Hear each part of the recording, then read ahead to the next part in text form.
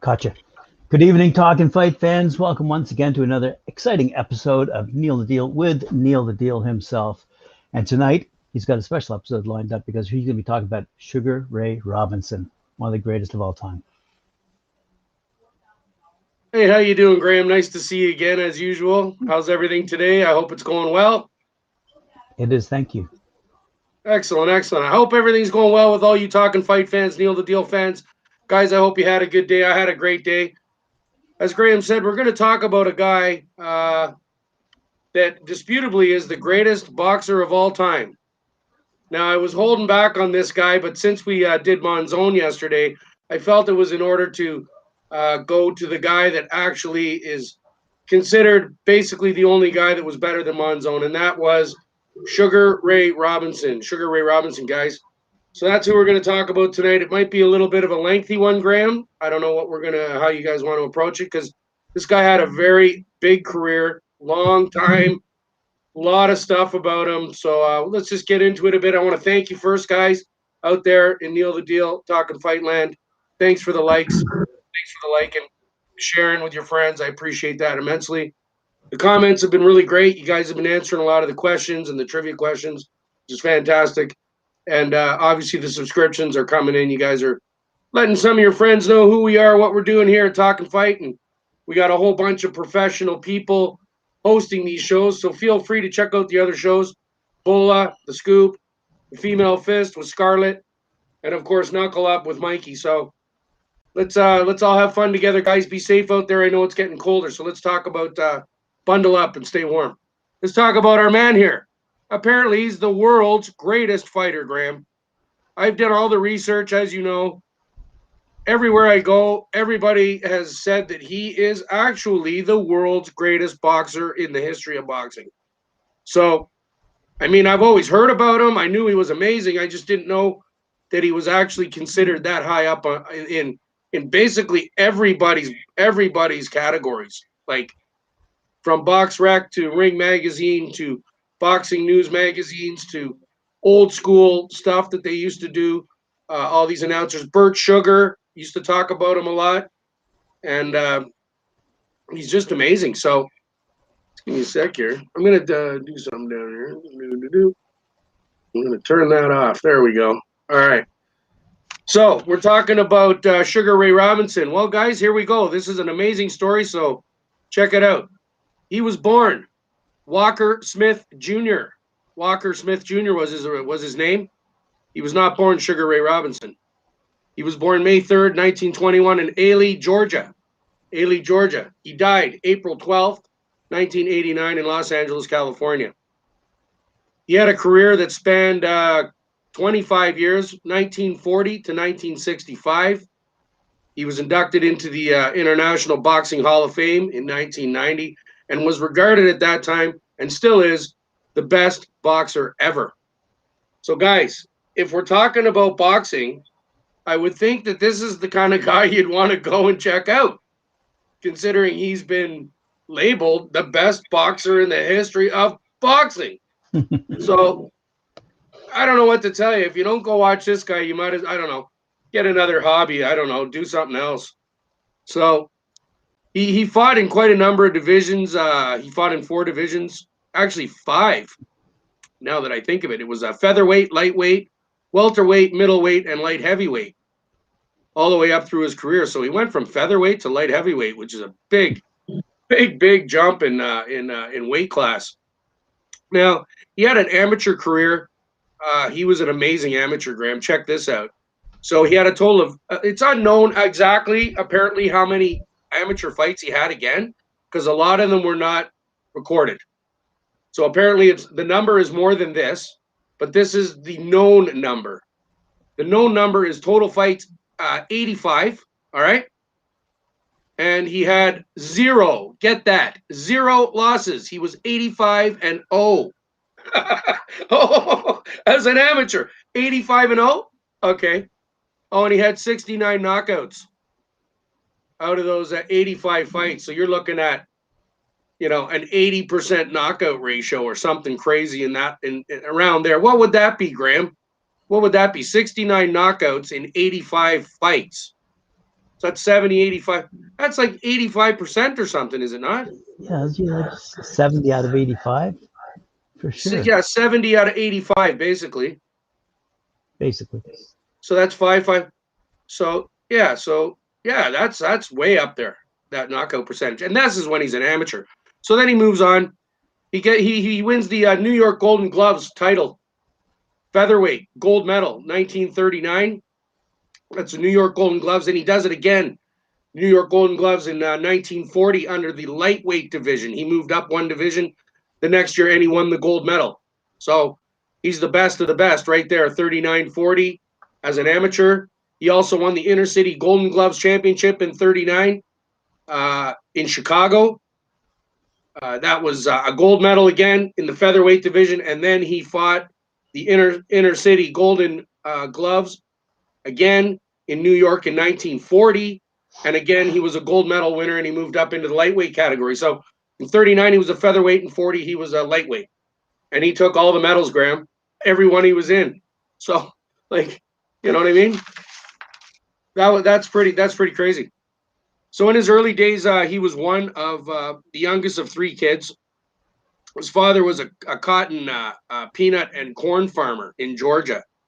And then he didn't really like that life for his family, so they decided to move to Detroit, where he got into construction, his father, and he was a construction worker. Eventually, his parents separated, and his mother took him to New York City, Harlem. So I don't, is that, you move from Detroit to Harlem? Is that like, I don't know if that's a step up or what. I don't know. I've never been to either place, so I don't know. But all I can speculate what that was all about. At 12 years old, moving to Harlem. Okay. All right. 11 turning 12. So he apparently lived on the same street as Joe Louis. Wow. And Joe Louis was one of his idols with this other individual, Henry Armstrong, who at the time was a title holder when Sugar Ray was a child. You know what I mean? So he looked up to Lewis and Armstrong apparently, and he decided he wanted to start fighting. He was 15 years old, and so he applied to get into this fighting tournament in the neighborhood, I guess, in there, whatever. I think it's called the AAU or something like that. So you need to get a license or a membership. I think it was a membership in those days to the AAUU or AAU, and AUU. That's what it would be, AUU. And he was too young. You needed to be 18 years old to get a membership into the club to be able to box. So Mr. Walker, yes, at that time he's still rolling under the name Walker Smith Jr. So Mr. Walker decides he's going to talk to a buddy of his, and he's going to use his ID to get the membership. So he borrows his buddy's ID, and what's the name? His buddy's name is Ray Robinson. So he used his ID to start his fighting career. Therefore, he decided to keep the name Ray Robinson for the rest of his career. Isn't that a cool way of kind of changing your name and becoming somebody else, I guess? I don't know, right? Doing It's whatever it interesting. takes. Whatever it takes, right? So he basically did that. He turned pro in 1940 at 19 years old, and by 1957 had a pro record, Graham.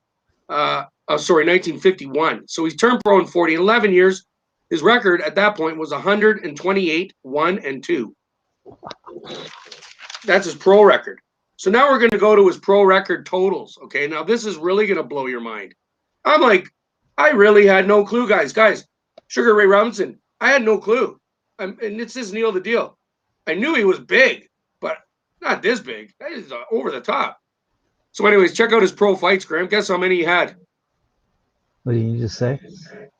Well, he had 128 in 1951. He had more? Well, he fought till 1965. I guess so. All right, let's double it. 240. Damn close, Graham. That's a good guess. He actually had 200 fights. 200. Like, we're always talking about the magical 50. Yeah. This guy had 200. Guys, that's 200, 200, 200. Like, who has 200 fights? I don't even know if there is. Other than that Teofilo Stevenson, that Cuban amateur, He had like 234 fights or something, right, Graham? But other than him, I haven't seen anybody with 200 plus fights under their belt, really. If you guys know of any, please comment on that. Let us know. Maybe we'll talk about those guys or that guy or whoever that is. So, anyways, he was 200 fights total. Graham, 173 wins with 109 knockouts, 19 losses, 6 draws, and 1 no contest. When he actually, the no contest, check this out. He was fighting in Europe at the end of his career, and apparently kidney punches in Europe at the time were illegal, but he didn't know that. So he nailed the guy so hard in his kidney, the guy fell to the ground, crumpled out cold, couldn't move, but he lost the fight because illegal punch. But he didn't know that he wasn't allowed to punch there. Like nobody told him he can't punch the kidneys in England. I don't know. What kind of a rules is that? That's English for you, though. You know what I mean? They make up their own rules as they go. That's how they do it. It's how they do it. They don't tell us nothing. They just put and do anything they want. So, anyways, this guy was crazy. So there we go, Graham. Like 109 knockouts in 200 fights. So that's probably a 62% knockout, ratio, something like that. 52. So from 1943 to 57, he went on, Graham, check this out. He went on to a 91 fight unbeaten streak. He won 91 fights straight. What? Wow. When I read that, I'm like, whoa. 91 fights straight. It's the third longest in boxing history. So apparently there's 2 guys out there who we got to find who have a longer winning streak than 91 straight. It doesn't come to mind. But anyways, I held the welterweight world titles from 46 to 51. And the middleweight title, he got it the first time in 1951. So we're going to talk a little bit more about how that went. So in 40 and 42, he defeated all comers, apparently. Every fight, all the ex-champions, future world champions. In 40 to 42, he didn't lose a fight out of those 91. In 43, he was inducted into the U.S. Army, Graham. I guess he was drafted. I'm assuming he was drafted. And then when he was in the military, he was forced to use his birth name of Walker Smith Jr. So he was not able to use the Sugar Ray Robinson moniker when he was in the military. So when he was in the military, he actually was in the military with Joe Louis. Joe Louis was older than him by 6 years, right? So they became friends. They used to perform boxing exhibitions and stuff for the military. But Robinson was getting very disenchanted with the whole situation because they weren't letting blacks watch the fights. There was a lot of discrimination still going on in those days, I guess, and he was upset. So he caused a bit of a ruckus, and they ended up giving him an honorable discharge, I believe, after 15 months in 1944. So he did 15 months service, and then he didn't like what they were doing in the military at that time to the blacks, I guess, is basically what it was. So he's definitely been known as like one of the very first black sports athletes that really came out advocately, like Frank Robinson, or the different, the first ones that came out in the sports to kind of say enough's enough, right? Type of thing. So in 46, he had a 73 1-1 record. And then I told you by 51, it was like 128, right? But he was finally given 128 1-1. You know what I mean, Graham? He just kept going. He was winning every fight he was winning. I mean, he only lost one fight, basically, in the first 250 or something. So he was finally given the chance to win the title, the world title. It was a close 15-round decision, but he won over a guy named Tommy Bell, 1946. In 1950, the bout against a guy named Charlie Fusari. He was so gracious. He was apparently he was a real humanitarian, Graham. Like, we're gonna go on. This might be a 2-parter, I would think. But of that fight in 1950, he donated the entire purse that he made that night to cancer research. He kept $1 for himself for that specific fight. he did this kind of stuff all the time, Graham. He was a very interesting individual, and he had his own way of doing things, right? So he was also he basically fought this guy named George Costner, all right? And George Costner was running around 1951, 52, calling himself Sugar, all right? So he kept saying to all the media in those days that I'm the real Sugar. I'm going to show that Robinson who the real Sugar guy is, blah blah blah. And when they got into the ring, basically Robinson said to him, "Your name ain't Sugar, it's mine," and basically decimated the guy in 2 minutes and 49 seconds of the first round. So Cosner found out real quick who the real Sugar was, right? Like real quick, and so he got freaking done in huge. And 47, he had a bit of a blip in his that was kind of rough for him. In 47, he was scheduled to fight a guy named Jimmy Doyle, but Robinson he wanted to fight him, but he didn't want to fight him because he had a dream for him. And in his dream, he dreamt that he killed Jimmy Doyle in a boxing match. So he didn't want to fight him. But the promoters were pushing it and pushing it and pushing it. He went to see priests. He went to see church people, like, ministers type of thing. And they blessed him before the fight. So he went in. He had the fight. And he dominated the fight. He KO'd Doyle in the 8th round, knocked him unconscious, and Doyle died that evening. Wow. So I was like, whoa. So his dream came true. He predicted the guy's fate in his dream, and then it happened. So that kind of put a bit of he was a little bit taken back by that, he said in his autobiography, that kind of messed him up for a little bit. So I think he took a little bit of time off. He might have retired for a couple of years, like 2.5 years or something. But then he came back. He also apparently, because the guy died, and the guy had said that if the purse that he was getting for the Robinson fight, he was going to buy his mother a house, Graham. But because he died, Robinson, for the next 4 fights, donated all the money to his next 4 fights to Doyle's mother so she could still buy the house in his name. So that's pretty upstanding. That is humanitarian right there. That's the kind of guy you want to be, right? So I don't know what to tell you. That's pretty solid of a thing to do. So in his memory, he gave the money to the mother, and she bought the house that the son wanted her to always have. So there you go. In 1950, he went into the middleweight division. In 51, he was named Fighter of the Year for the 2nd time. And then things started going a little down for him. He had a bunch of fights. He was fighting a lot of 10-rounders instead of 15-rounders between, say, 52 and 57, right?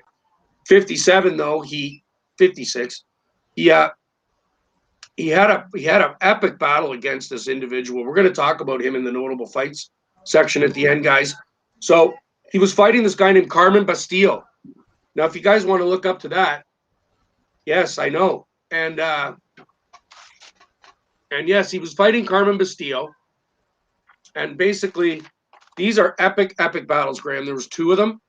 And I remember seeing one on Boxing Night Classics or Boxing Classics at night. I used to watch it all the time. It was on ESPN.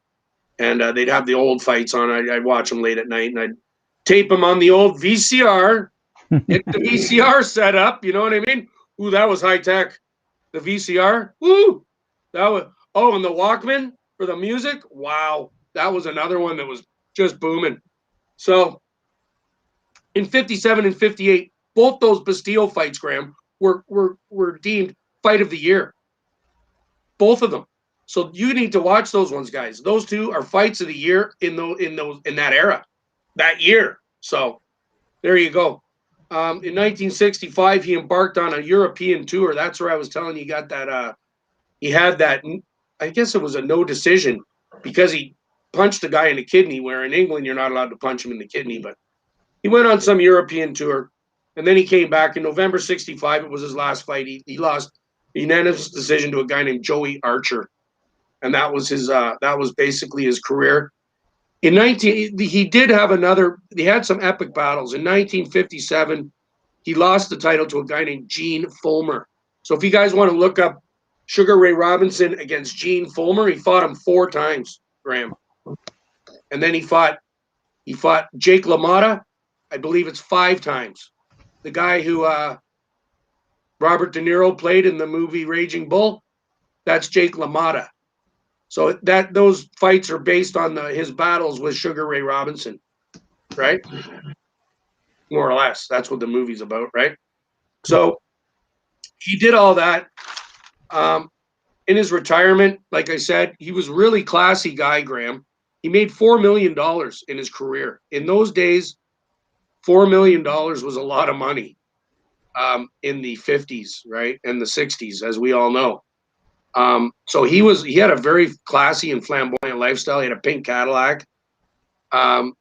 He also, which was very interesting, and this isn't going out to everybody out there in Talk and Fight, Neil the Deal Land guys. I never knew where this came from, but now I figured it out. He's the first individual in the entire world to use the word entourage. So all you little rappers out there, Lil Wayne and Little Drake and all your little guys and Justin Bieber's and all the rest of you with your entourage, you can thank Sugar Ray Robinson because you know how he got it?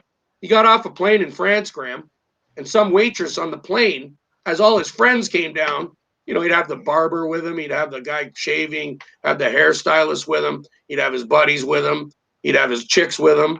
He's like, he's just cruising with his aunt.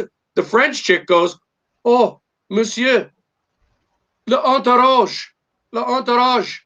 And he goes, "Oh, I like that word. Now I'm going to call all my friends the entourage." That's how it happened. So there you go. A little bit of history, word history there for you guys in the middle of this. He also, he really struggled financially, Graham. In '89, when he passed away, he was basically dead poor, literally. And in 2006, the U.S. Postal Service decided they would make a commemorative stamp over him. And in 1965, he basically was broke, and he told everybody, family, friends, and media, and whoever, that he had spent the $4 million that he had made in his career, and he was literally broke the day he retired. So there you go. So notable fights: we got Jake LaMotta, check him out. We got Carmen Bastillo, check those two out. Jake LaMotta is 5 times, so check that out. Gene Fulmer, 4 times. And this is another Rocky. I don't know if you guys know about him. We'll talk about him too. Rocky Graziano. He's another Rocky. So we'll talk about him. Now, he did get a whack of awards. He got the Hall of Fame award. He was the first in history to win divisional world titles 5 times. Bert Sugarman ranked him greatest of all time, fighter of all time. 2002 Ring Magazine had him #1 out of 80 in the last 80 years. BoxRec ranked Sugar Ray 4th best pound for pound puncher of all time. BoxRec, they also gave Sugar Ray 31 of his 59 or 69 KOs a 5-star rating. I noticed that. So he won in super flashy fashion. You know what I mean, Graham? He was just blazing, amazing. He had everything. That guy had everything going. I won't even let you say it because you guys got to check it out. Speed, punching power, foot speed, ring rate, everything. He had everything. He could knock you out going backwards. Put it that way. That's what he could do. Knock you out going backwards. So anyways, he died of Alzheimer's at 67 years old, which is a real shame. Very young age. And he was we were just saying to myself, I was thinking, wow, he was a Freemason. All right. He was a Freemason. And I also understand that Jack Dempsey was a Freemason and quite a number of other athletes and stuff. So that's interesting stuff for us. He, in 1999, he was named welterweight and middleweight of the century by the Associated Press. Of the century. Best middleweight, best welterweight. 2007 ranked top boxer of all time by ESPN. 2003 Ring ranked him 11 on the list of all-time greatest punchers. Box Rec Research Organization. The International Box Research Organization ranked him #1 welterweight pound for pound all time. He was inducted into the Madison Square Gardens Walk of Fame, 1992. And he was inspired, Robinson inspired all kinds of fighters to use that moniker Sugar. So he inspired them all. So we got Sugar Ray Leonard, my favorite. We got Sugar Shane Mosley. I love Mosley. And we also remember, if you remember, Rashad Evans used to call himself, the MMA fighter used to call him Sugar. So that's all in homage to Sugar Ray Robinson, guys. So that's a big one tonight. I want to thank you for coming out, Graham, for having me out. Guys, like, share, do all the great stuff, subscribe, comment, talk about the world's #1 ever all-time heavy middleweight, basically middleweight, lightweight, welterweight, every division in there almost.